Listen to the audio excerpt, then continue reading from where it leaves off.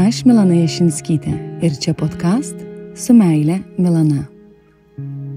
Kalbu apie tai, ką praktikuoju pastarąjį 10-metį. Kūno, emocinį ir dvasinį intelektus.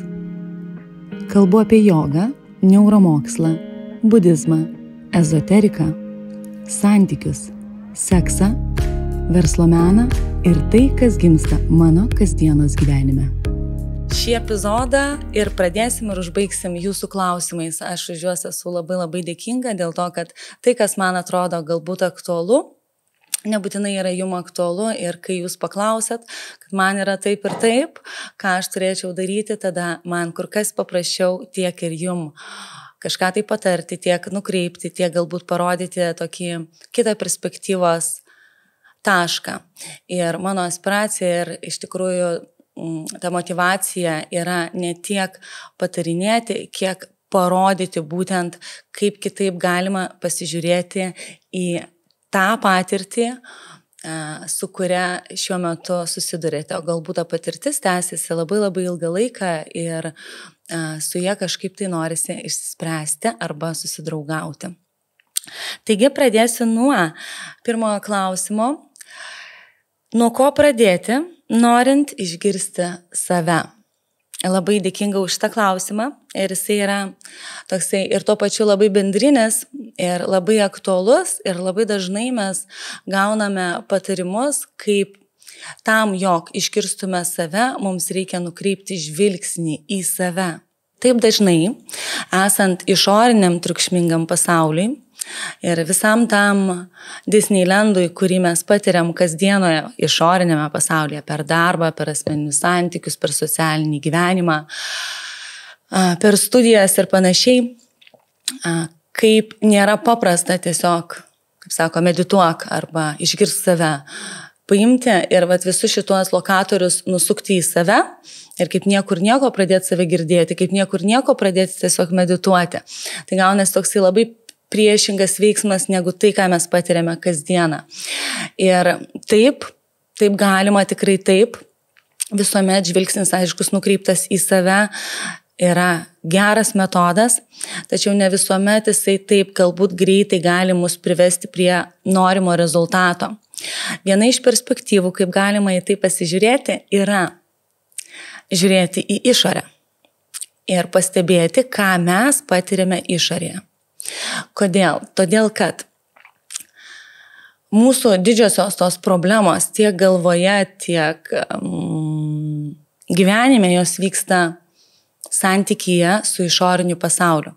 Taip kaip mes, ta tikrąja žodžio prasme, santykiaujame su pasauliu, santykiaujame su santykiais, santykiaujame su darbu, santykiaujame su gamta, su santykiu, kaip mes prekinamės, perkamės, kaip mes pasirenkame vienus ar kitus dalykus, kaip pasirenkame karjeras ir panašiai.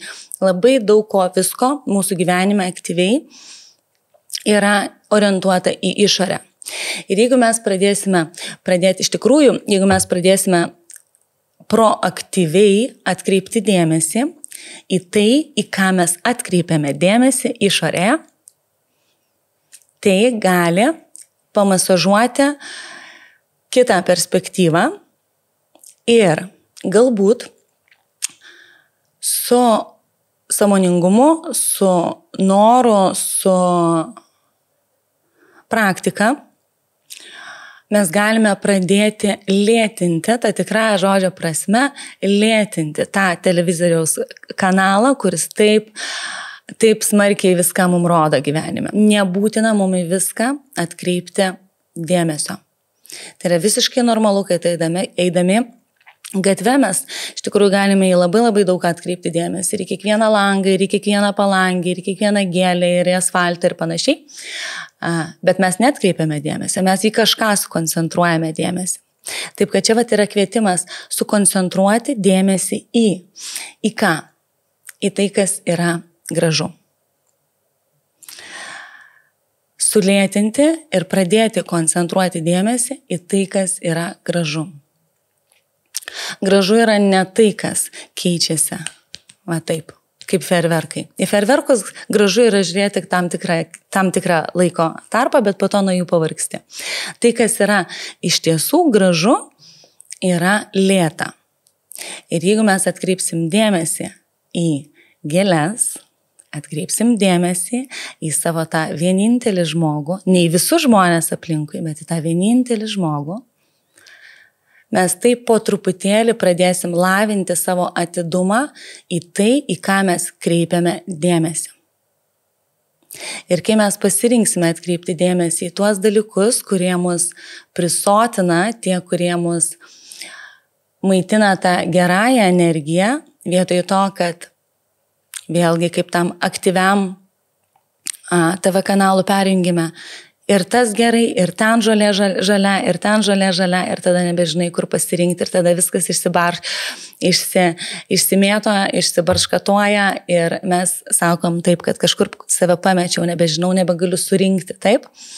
Ir tas kvietimas išorės vaizdinius, išorės vaizdus, išorės stimulantus lėtinti ir mažinti jų kiekį.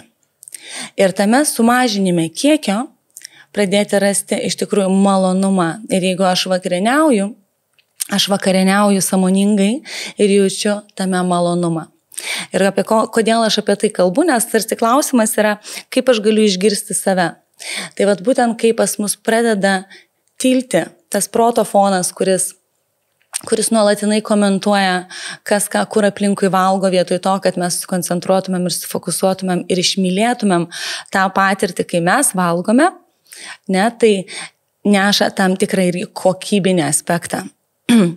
Kai mes pradedame pastebėti šitos malonius gražius dalykus aplinkoje, nes būtent jie ir mums pasakė, kad aš turiu atrodyti vienaip arba kitaip, turiu pasilyginti su kita moterim, turiu turėti tokį išsilavinimą ir taip visi rėkia iš visų pusių. Taip, ką man reikia daryti. Tai būtent iš čia ir kyla labai dažnai šita problema, tas spaudimas, kad aš turiu būti kažkaip kitaip. Tai kaip aš galiu save išgirsti, jeigu man visi aplinkui rėkia, kaip aš turiu būti. Tos nuomonės ir visa kita. Ir tada, kada aš pasitelkiu savo aspiraciją patirti šitą pasaulį pagal save, vėliau ar anksčiau ateina suvokimas, kad tai yra mano asmeninė patirtis. Ir tą grožį, kurį aš matau išorėje, tas grožis yra manyje, nes mes visiškai veidrodžio principų šitaip ir gyvenam. Jeigu aš negalėčiau matyti kitoje moteryje grožio, aš negalėčiau patirti savojo grožio savyje. Tad, kai mums skanu valgyti, man tampa mano gyvenimas skanus. Kai aš matau grožį kitoje moteryje, aš kaip moteris tampu savo graži. Ir turbūt toksai dar vienas kvietimas yra tada, kada jūs rinksitės, į ką atkreipti dėmesį. Pasižiūrėkit, kad tai būtų iš tiesų malonu. Ir tai, kas jums malonu, nes tai, kas man malonu, nebūtinai jums malonu. Bet tai, kas man malonu, man labai yra malonu maistas, pavyzdžiui. Man labai yra malonu šokis.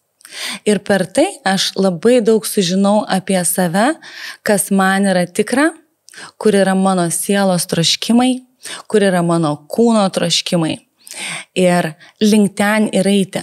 Nes gyvenimas yra gražus, gyvenimas yra malonus ir jeigu mus traukia link to malonumo ir leisti savo, ypatingai mum moterim, nes tiesiog ar galiu savo leisti patirti malonumą, o tiesiog stebint gėles, žiūrinti kitą moterį. Ar galiu savo leisti patirti maistą ypatingai, be kaltės jausmo.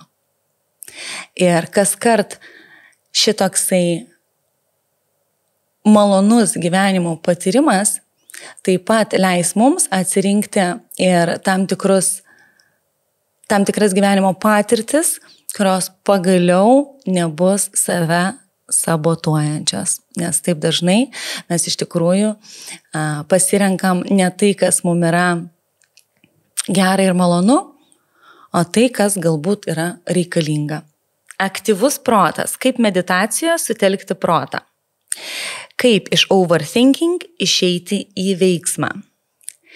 Tai pirmiausia, kaip meditacijoje sutelkti protą.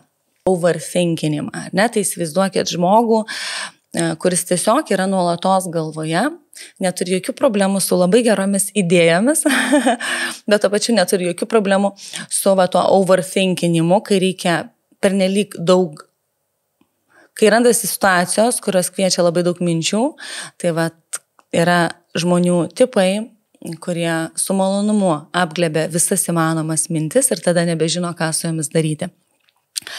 Taigi, aš pati, kadangi esu tikrai labai aktyvi savo prote, mano rekomendacija tokia, tada kada mes visiškai, pradėkim nuo tokio dramatiško, drastiško varianto. Kai tiesiog visą dieną nuo pat ryto, įsivaizduokit, tiesiog neįmanomai zuja mintis, neįmanomai.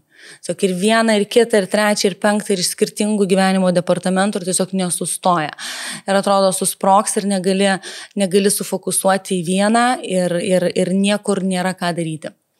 Daktaras Činmėjus Pandija iš Dev Sanskritio universiteto, mano jogos filosofijos mokytojas, ačiū jam labai.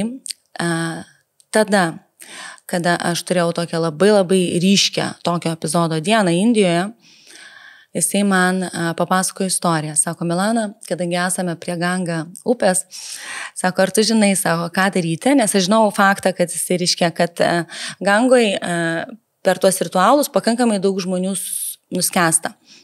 Nedramatiškai, bet pakankamai daug, tie, kas ten atsipalaiduoja, nežino, kaip elgtis ir taip toliau.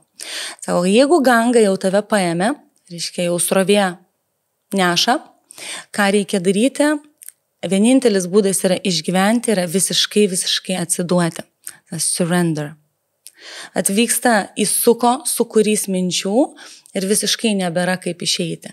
Ir žiūri ten, galbūt išėjimas ir nėra išėjimo. Žiūri ten, galbūt yra išėjimas, nėra išėjimo.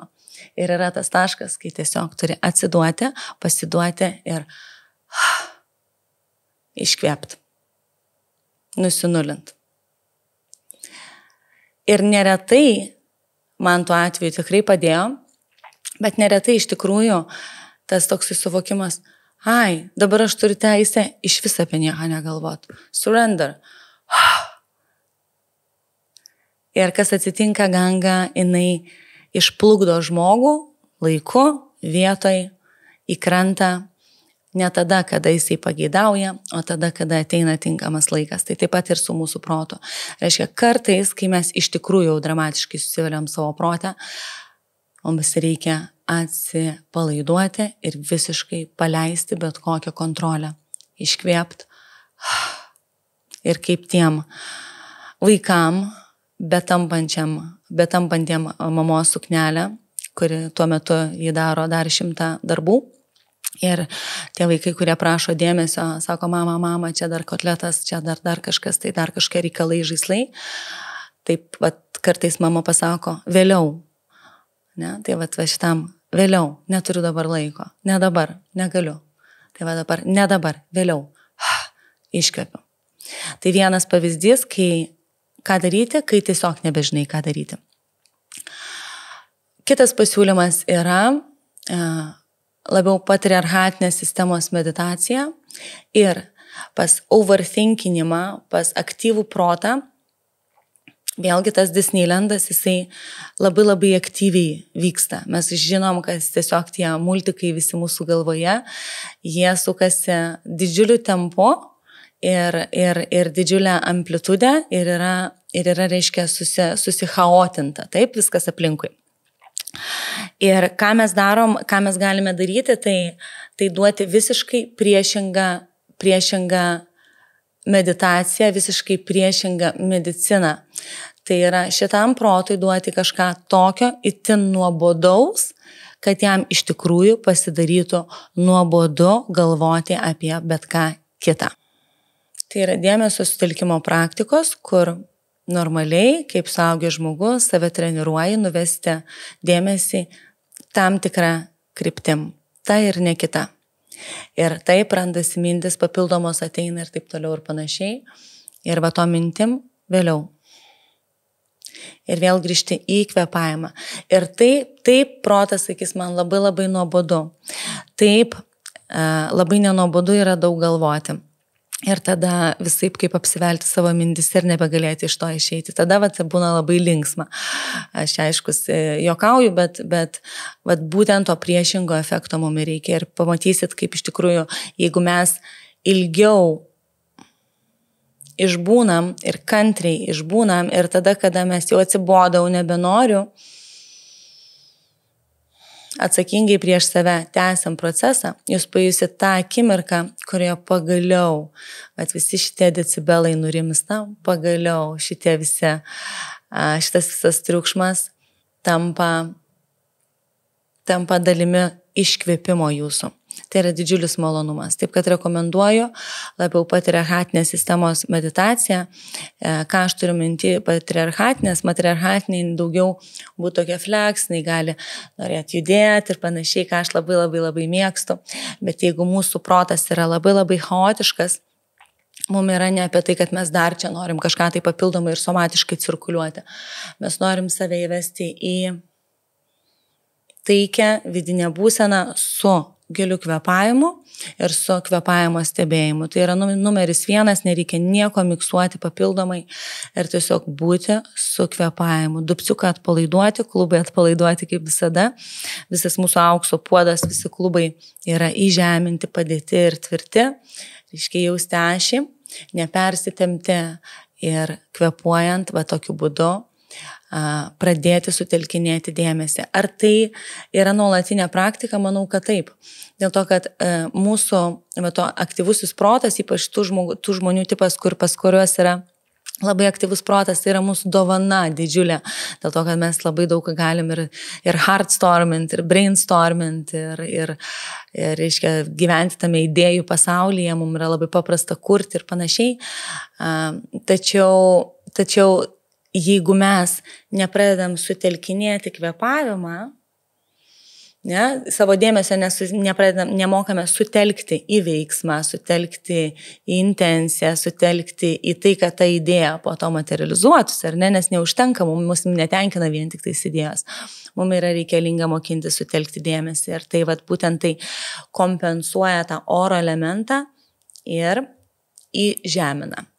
O idėjom, tam, kad jos gimtų, jom yra reikalingas žemės elementas. Taip, kad viskas, kas įžemina ir viskas, kas sutelkia dėmesį. Jeigu, pavyzdžiui, kalbėtumėm apie svajones, aš labai mėgstu kalbėti apie svajones. Labai gerą patarimą per savo coachingo sesiją gavau. Viena mama auginanti dukrą, labai užsiėmusi, turinti karjerą ir dar besimokinanti savo daktaro laipsnį. Pavargusi iki negalėjimo, galinti viską. Jinai manęs paklausė, aš kažkada tai diskutavau apie magistro laipsnį. Šiaip čia man magistro kažkaip taip ir noris, ir čia darbai, reikalai, ir motinystė ir visa kita, nėra laiko. Jinai paklausė paprastai, už 5 metų, tu norėsi tą magistrą turėti ar nenorėsi? Jeigu norėsi, do it now. Pradėk daryti dabar. Bent mažas žingsnelis. Taip, kad jeigu jauti, kad apie tai, apie ką svarstai, overthinkini, yra tavo dalykas ir tu to nori, daryk tai dabar. Tiesiog daryk tai dabar. Ir jeigu norėsi po 5 metų būti su tuo diplomu arba būti pakeitusi karjerą, pradėk daryti bent žingsnelį jau šiandien, jau dabar. Ir per veiksmą mes ne tik tais artėjame prie tos svajonės įgyvendinimo, bet per veiksmą mes iš tikrųjų nebeturime laiko tiek daug overthinkinti, nes mes, kai overthinkiname, pernelyg daug mąstome, mes sėdime galvoje ir tai vėliau ar anksčiau tikrai įtakoja arba netgi atrofuoja bet kokį tą veiksmo turėjimą. Taip, kad do it now. Taip, ir dabar turiu kelis tokius labai asmeninius klausimus, kur net nustebau iš tikrųjų, tas buvo, kodėl uždarėte šokio ir jogos studiją. Ir klausimas, nes man tai susiję apie skyrybas, viskas apie jas iš širdies. tai tik tais iš širdies, nes visas gyvenimas yra labai širdingas ir ar vedybos, ar skyrybos, tik tais iš širdies turi būti. Galbūt tai pirmiausia norėčiau atverti šitą temą iš perspektyvos atsisveikinimas su tais dalykais, su kuriais ateina laikas atsisveikinti. Ką joga mane išmokino, tai gyventi su gamtos ritmais, kad ir kokia asfalto mergaitė bebūčiau, asfalto nesu visiškai miestietė, bet netgi tame mieste ir per asmeninę praktiką joga išmokino gamtą stebėti. Ir kai pradėjau stebėti gamtą išorėje, pradėjau pastebėti ir savo vidinius ciklus. Ir mes, kaip žinia, per tuos sezonus, kaip einame gyvenime, kaip diena, kaip naktis, ar ne, arba kaip 4 metų laikai, reiškia, kiekvienas gyvenimo fragmentas, jisai turi tam tikrą dinamiką. Jisai užgimsta nuo sėklos, jisai auga, mes jį puoselėjame, reiškia, kažkas tai sužydi, mes jį parodom pasauliui ir tada ateina laikas atsisveikinti. Ir taip ir mūsų asmeniniuose santykiuose lygiai taip pat mes nebegalime patirti pirmojo pasimatymo, kai jis nėra pirmasis. Nes su tuo pačiu žmogumi. Reiškia, viskas kinta ir tada, kada mes reikalaujame, jog ta situacija liktų tokia pati kaip visada, tai yra absoliučiai nerealu. Ir ta pati joga ir kontempliatyvios praktikos išmokino, kad yra dalykai, kuriuos mes tiesiog jiem turime padėkoti ir atsisveikinti. Ir kai vėlgi klausimai eina apie tai, kaip neturėti priekaištų praeičiai, visiškai apie tą patį. Praeitis, visą praeitį labai rekomenduoju, iš tikrųjų, jau čia net galiu pasakyti patarimas, yra išleisti su didžiausiu dėkingumu ir suvokti, kad viskas gyvenime juda. Bet taip kaip ir jogos studija, taip kaip ir asmeniniai santykiai, jie negali būti vienoje linijoje visada. Ir jeigu kažkada buvo pasiekimas atidaryti 4 sienas ir sakyti, kad čia mano, nes man nebereikia su krepšiu vaikščioti po skirtingas erdves, taip kaip aš dariau daug metų, nes buvau prieš tai šokių mokytoja, tai žinot, kaip ten būna tie, kas ypatingai dirba tokį darbą, kur iš vienos salės į kitą salę, iš vienos salės į kitą salę yra toksai didelis, fainas pasiekimas, kada pagaliau gali sakyti, oh my god, aš jau dabar esu tarp tų 4 savo sienų ir čia yra tik tais mano. Ir tai suteikia tiek daug ir savirealizacijos, ir saugumo, ir patogumo, ir kitų dalykų. Ir taip tai yra vienas etapas. Ir jisai negali tęstis amžinai, nes gyvenimas yra vėlgi tekantis ir dinamiškas. Ir jogos studijos atveju aš atmokinau tarp tų 4 sienų virš 4000 valandų, gal 4500 valandų. Ir maždaug taip, jeigu tokia buitinė kalba kalbant, įsivaizduokit, aš turiu laiko kaip mokytoja 1 valandą 15 minučių pravesti jums jogos praktiką. Kiek turinio galiu aš sutalpinti 1:15 valandą, yra labai sudėtinga. Ir ateina natūralus profesinis savirealizacijos momentas, kada aš noriu turinį dalintis dar turiningiau. Ir ar tai po to pavyksta ar nepavyksta yra kiti klausimai. Tačiau tam yra reikalingos tam tikros sąlygos. Ir dėl to atėjo laikas irgi su didžiausiu dėkingumu padėkoti tom 4000 tom valandų mano atidirbtų būtent tom sienom tam, kad galima būtų išreikšti savo kūrybą kitaip. Nes tai reiškia ir protas, kada žinau, kad aš esu jogos studijoje, kaip aš galiu papasakoti apie savo mentalinius procesus, ar ne, galbūt surezonuos jum patiem. Reiškia, kai aš žinau, kad mano darbo vieta yra tarp 4 sienų, kad aš turiu 1:15 arba ten galiu dar kažką papildomai padaryti, bet yra va taip ir ne kitaip. Kokioje erdvėje aš kuriu. Tai va šitoje erdvėje aš ir kuriu. Ir aš jau intuityviai labai stipriai pradėjau jausti, kad tai labai riboja, kad aš nebegaliu mąstyti plačiau, kurti plačiau, dėl to, kad aš esu apsiribojus save tam tikroje teritorijoje. Ir dėl to reikėjo priimti reikėjo, nesakau reikėjo, nes mano sielai jau labai reikėjo priimti tokius sprendimus, kurie galbūt kitų akimis gali atrodyti labai įvairiai, bet mano akimis tai yra ir mano pajutimu, tai buvo labai didžiulis dėkingumas praeičiai, suvokimas, kad visa ta patirtis, kuri yra manyje dabar šią akimirką, yra būtent dėl to, kad aš buvau taip ir ne kitaip, būtent dėl to, kad aš praėjau tą kelią. Ir dėl to, be priekaištų, aš galiu pasakyti didelis ačiū už patirtas patirtis, surinktą savąjį turinį, kurio man niekas iš manęs negali atimti. Taip, o sienas jas mes galim patraukti patys savo norų, gali jas ne mūsų norų patraukti.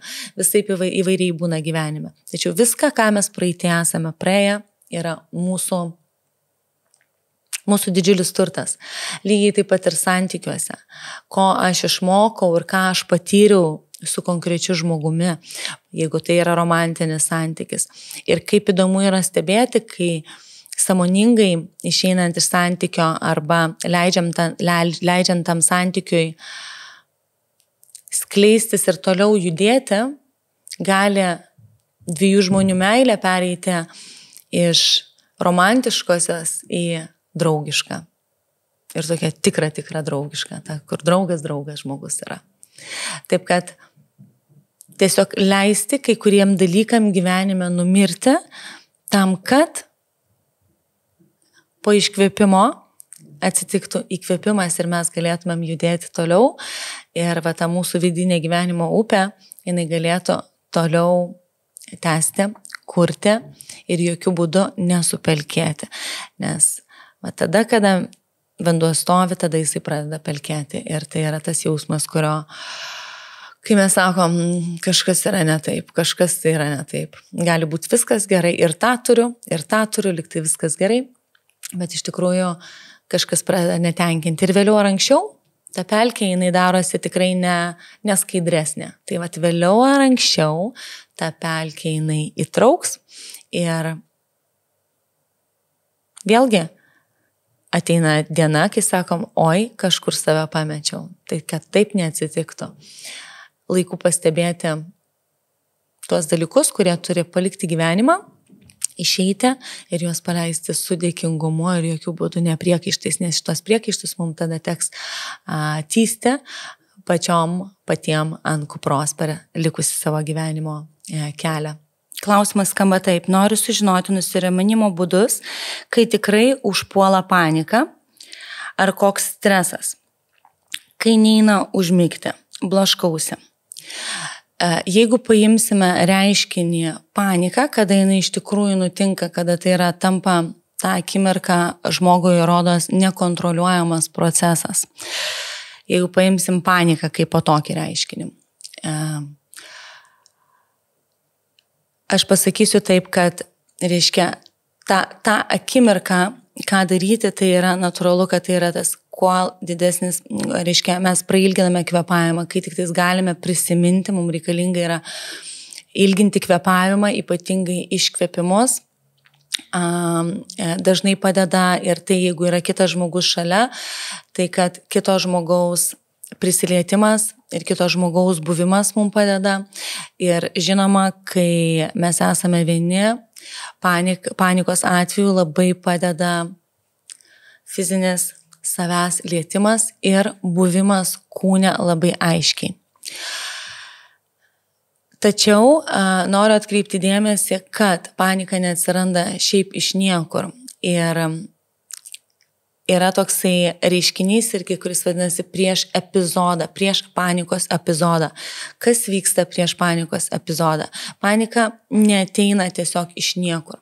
Labai dažnai būna tam tikros prieš tai esančios sąlygos, kurios jau pradeda vesti link šito fono, kuris sprogs. Ir jeigu mes tik tais galime pažinti save tiek, kad suprastume, kur yra tas pradžios taškas, iš kurios pradeda vyniotis šitą būseną, mums reikia žvilgtelt būtent į šitą etapą ir kaip ir geriant vitaminus, daryti visą įmanomą prevenciją, kad tai nenutiktų, kaip kad nenutiktų liga. Mes dėl to sveikai maitinamės tam, kad nereikėtų po to gydytis. Sau atsakyti klausimą, kokie reiškiniai, kokios sąlygos, kokios situacijos, kokie ženklai jau liudija, kad panikos ataka tuoj bus, arba kad jau yra, mes esame tame traukinyje, va šitą etapą. Ir tada šičia mes turime laiko savireguliuoti. Tai gali būti mantros sakymas, tam tikra afirmacija, kuri padeda, kad aš esu taikoje, aš kvėpuoju, mano gyvenimas yra gražus, kad ir kas jums tą akimirką tinka. Tai yra pilvinis lėtas kvėpavimas, tai yra vėlgi, kaip prieš tai minėjau, savęs apsikabinimas, tai yra stiklinė vandens, tai yra tie dalykai, jeigu jau turit patirti tame, o dažnai žmogus turi patirti tame ir tas vienas kartas po to tampa 10 kartų, 100 kartų, taip toliau ir panašiai. Yra tam tikros tendencijos, kurios kaip ir sąlygos, iš ko kilo šitas nerimas, jos labai dažnai turės tam tikrą vieną tendenciją arba kelias tendencijas. Pavyzdžiui, daug žmonių aplinkoje. Ir tai gali būti labai tinkamos sąlygos išprovokuoti paniką.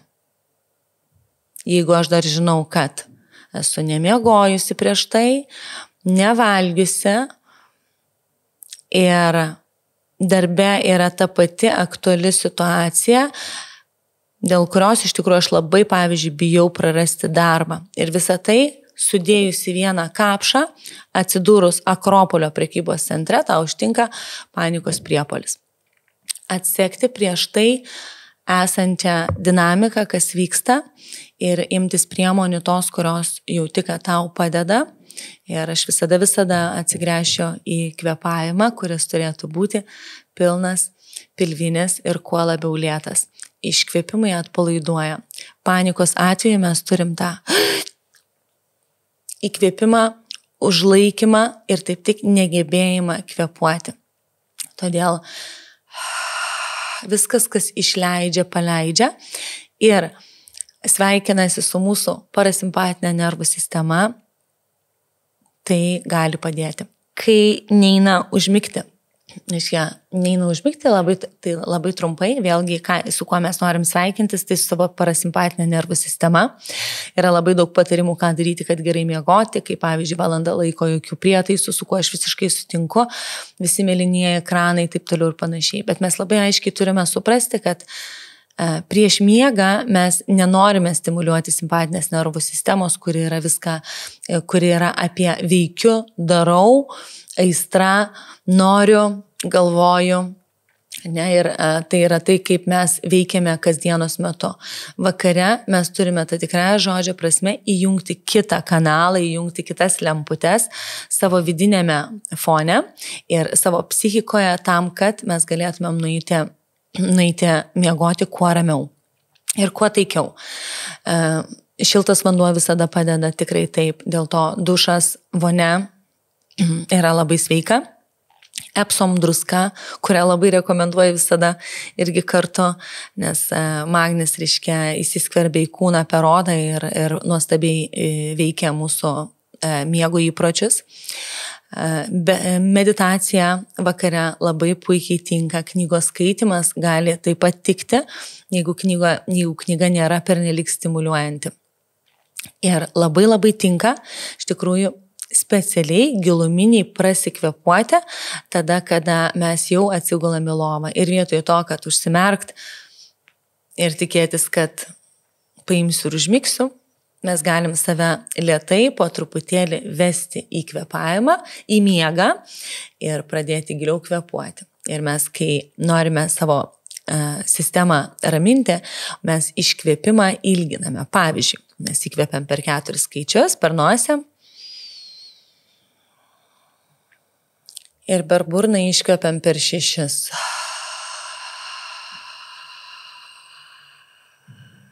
Ir vėl įkvepiam per 4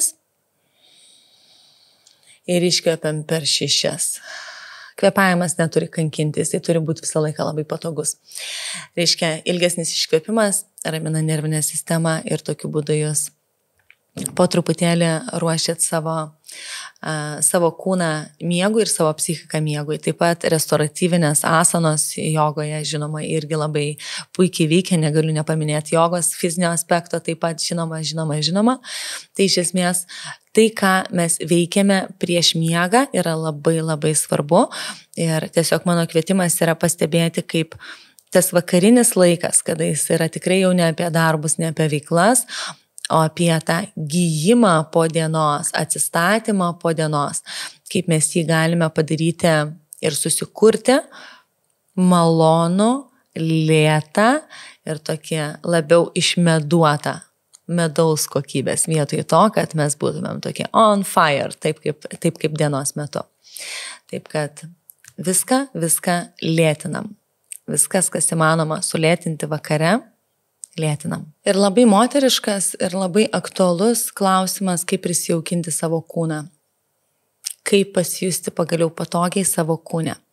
Aš pasakysiu vieną dalyką, kad priešingai negu mums atrodo, jog pas kitą yra geriau, gražiau, tobuliau, arba kad jį jaučiasi geriau savo kūne, tai nėra tiesa. Kiekviena moteris, kalbu apie moterį, nes mes moterys labai tą smarkiai išgyvename kasdienoje.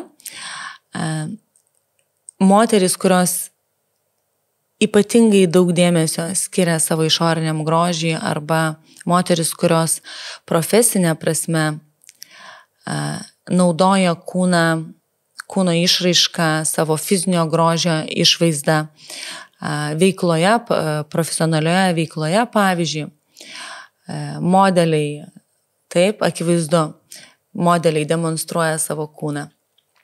Šokėjos, kurios turi turėti tam tikrą formą, kad tai būtų užskaityta kaip gražu. Visa tai, ką mes laikome tarsi kažkokiu tai grožio etalonu, labai neretai būtent tos moteris turi daugiausia psichologinių problemų su savęs priėmimu. Tai yra vienas faktas. Ir aiškus, kad mūsų moteriškas gali toksai momentas sakyti, nu ir gerai, jas čia ne tik tais, kad čia gražuolės, bet jos bent jau graužiasi viduj. Tai vat ir visai ne taip. Taip, jos graužiasi viduj, taip kaip ir kiekviena kita moteris. Ir tol, kol mes lyginsimės taip, kaip pas kažką yra geriau, tol mes šitą kančią tiesiog turėsim. Nes vieną dešimtmetį yra vienos mados, kitą dešimtmetį yra kitos mados. Manom jau, kad esam pakankamai gražios, bet žiūrėk, dar gražesnė kažkokia tai pamatom. Ir visa tai yra tiesiog tas užsuktas ciklas, kuris visiškai niekuomet nesibaigs. Ką aš galiu pasakyti iš savo asmeninės patirties, kad nepaisant to, kad teoriškai būnant man 20 metų aš turėjau turėti kažką tai ten geriau, lankščiau, lygiau, grakščiau, mano savijauta tame kūne buvo kur kas prastesnė negu yra dabar, kai aš esu 40 metų moteris ir jaučiuosi savo kūne labai labai patogiai, sakyčiau, pirmą kartą taip patogiai. Ir tai jokių būdų nėra susijęs su tuo, kad dabar mano išvaizda yra vienokia, bet kažko pagerėjo, jinai buvo upgrade'inta kažkuo. Tai yra susiję tiesiogiai su mano vidiniais procesais ir kaip aš pati pavargau save brūžinti ir nuolatos kritikuoti, kad manęs yra negana. Ir kartais tam reikia 40-mečio ir tokio labai ryškaus skaičiaus, kad laikas eina ir jau gal gana. Kitom mum ateina laikas daliai galbūt su gimdymu, kada moteris pajunta irgi turinį ir grožį tame ir pradeda kitaip jausti savąjį kūną. Taip, kad mes turim tuos breaking points arba tas akimirkas, kada mes pradedam kitaip matyti savo kūną ir kitaip patirti savo kūną, mes turim galbūt ir skirtingus, bet tai visuomet kyla iš vidaus. Ir vėlgi pirmoji ta rekomendacija ir pastebėjimas, kad pradėti nuo dėkingumo kūnui. Ir kai aš suvokiau, kiek daug aš to kūno reikalavau, ypatingai per fizinę formą, būdama profesionali šokėja pirmiausia, kiek daug aš reikalavau, kiek daug aš spaudžiau ir kiek daug dar aš buvau nepatenkinta, kad yra ne taip arba kitaip, ir kiek daug man jisai suteikė, kiek daug nukeliavo, kiek daug patyrė ir susitraumavo ir nesusitraumavo. Kai šitą dalyką aš pradėjau iš tikrųjų išjutinėti, atėjo toksai begalinis nuoširdus dėkingumas savo visam kūnui, visai sistemai ir visai sveikatai, kad tas kūnas iš viso atlaikė šitokį didelį krūvį, jau nekalbant apie psichologinius reikalavimus ir tą sabotavimą, kad tu vis negana. Ir tas dėkingumas ir būtent šitas dėkingumas man ir atvėrė vartus į meilę savo ir priėmimą savo kūno taip, kaip yra. Nes mano senoji Milana galėtų sakyti, jo, gerai tu ten ant to 40-mečio atrodai, bet tau yra jau 40, tai vadinasi dabar jau pergyvenk, nes toj bus 41, 2, 5, 9 ir panašiai. Ir viso ko skaičius, kaip ir mūsų anspaudai ant veido ir visa kita, jų tik tais tarsi didės, tai situacija blogės ir jau aš jau galiu pradėti nerimauti, taip? Ir aš pasirenku šią akimirką gyventi savo visiškam dėkingume už šitą kūną, tokį, kokį aš turiu, už tą praeitą etapą ir su didžiuliu noru tam kūnui padėti, kaip įmanoma būti sveikesniu. Nes ką aš tikrai žinau, tai kad sveikas kūnas, jisai yra gražus. Ir tai yra iš tikrųjų tiesa. Tada, kada mes esame sveikos, tada, kada mes gerai jaučiame savoje sveikatoje, tada mes tą sveikatą išreiškiam. Ir tada, kada mes tą sveikatą išreiškiam per malonumą, tada tai yra ir sveika, ir gražu. Ir tai yra labai nesudėtinga priimti. Taip, kad jums priėmimo savęs ir suvokimo, kad iš tikrųjų kiekviena gėlė yra kitokio žiedo. Pastebėkit, kaip kiekviena moteris yra kitokio grožio. Ir kai jūs matot, kažkokia aš esu tokia, šviesi visokia, kokia ir netrukus ateis Viktorija, čia tokia aistringa, charakteringa, tokia ryški ir man jį tokia graži ir aš visiškai netokia. Ir aš negaliu lygintis, negaliu susilyginti su Viktorija, nes jinai yra visiškai kitokia. Bet man yra begalinai graži. Tai aš liudiju, priimu jos grožį, tai yra visiškai kitas žiedas, visiškai kita gėlė. Ir aš priimu tokiu būdu savo grožį ir savo kūną, nes aš esu visiškai kito atspalvio, kito aromato, kito būdo ir charakterio gėlė, moteris, tiksliai tokia, kokia aš turiu būti. Svarbiausia žiūrėti savo sveikatas. Taigi šį kartą tiek. Tikiuosi, kad klausimai, atsakymai jūs patenkino jūsų smalsumą. Tikiuosi, kad kažkas pasidarė aiškiau arba pasižiūrėjote tam tikras situacijas arba ypatingai apie priėmimą savęs iš kitos perspektyvos, nes būtent čia mums yra reikalingas lankstumas. Jeigu mums nesuveikia vienu būdu, bandyk kitu. Pasižiūrėk į tą pačią kančią, savo vidinę, tą suffering, kurią mes tiesiog susikuriam iš išorės ekspektacijų ir pabandyti pasižiūrėti iš kitos perspektyvos. Šita perspektyva neveikia, žiūrėk dar iš kitos perspektyvos. Todėl, kad natūrali žmogaus būsena yra taiki ir meilėje. Su meile, Milana. Iki susigirdėjimo meilės. Rašykite man info@milanajašinskyte.com, užduodami jums rūpimus klausimus ar norėdami pasidalinti savo įžvalgomis. Čia kasdieninis širdingesnis gyvenimas. Iki kitų kartų. Su meile, Milana.